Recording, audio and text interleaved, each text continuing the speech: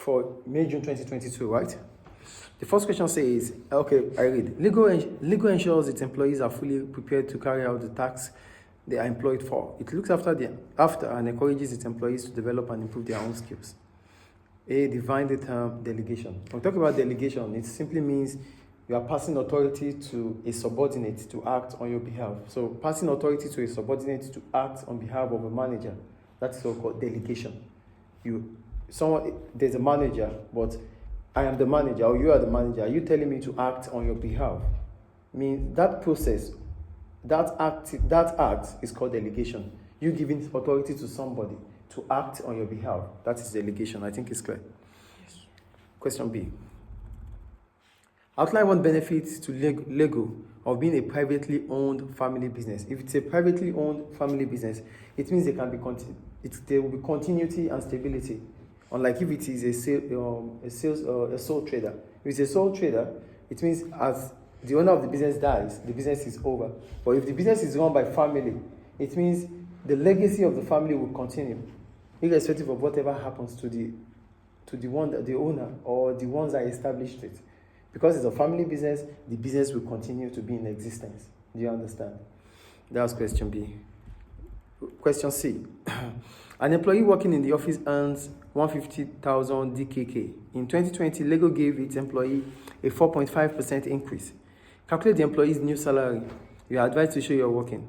So if 150,000 was paid, now there's an increment of 4.5%. So it will be the original price, the original wage, plus the percentage change multiplied by the original, multiplied by the figure. So it is 150,000 plus 4.5 over 100 multiplied by 150,000. So it gives us 156,750. So this is it. 150,000, 4.5 of 150,000, 4.5% of 150,000 gives us 675,000. You divide by 100 gives us 6,750. Then you add it with the original wages, which is 150,000. So the final figure is 156,750. That's question C. Question D. Analyze how Lego could use a statement of comprehensive income when considering the development of new toys. The statement of comprehensive income can be used to gather information from all the 15 factories because it has 15 factories. So this allows Lego to use the profit made to compare those of its competitors, such as Disney. So it can also be used to know if it has sufficient fund to run or to design a new toy. So we use a statement of comprehensive income to know what our profit is compared to those of our competitors.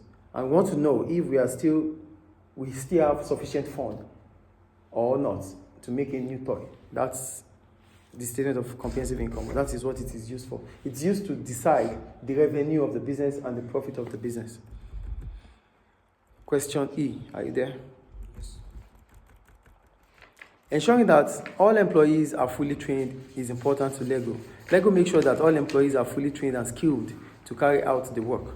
All employees have induction training when they start at Lego.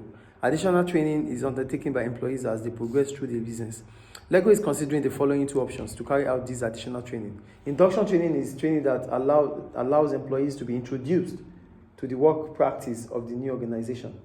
But when we talk about on-the-job training occurs when the individual or the new employee is being trained within the organization. That's on the job. And for off the job, it means the employee is being trained outside the premises of the company.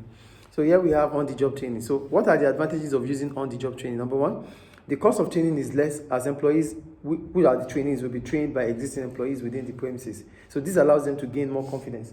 So one of the advantages of using on-the-job training is that the cost is reduced or compared to off-the-job.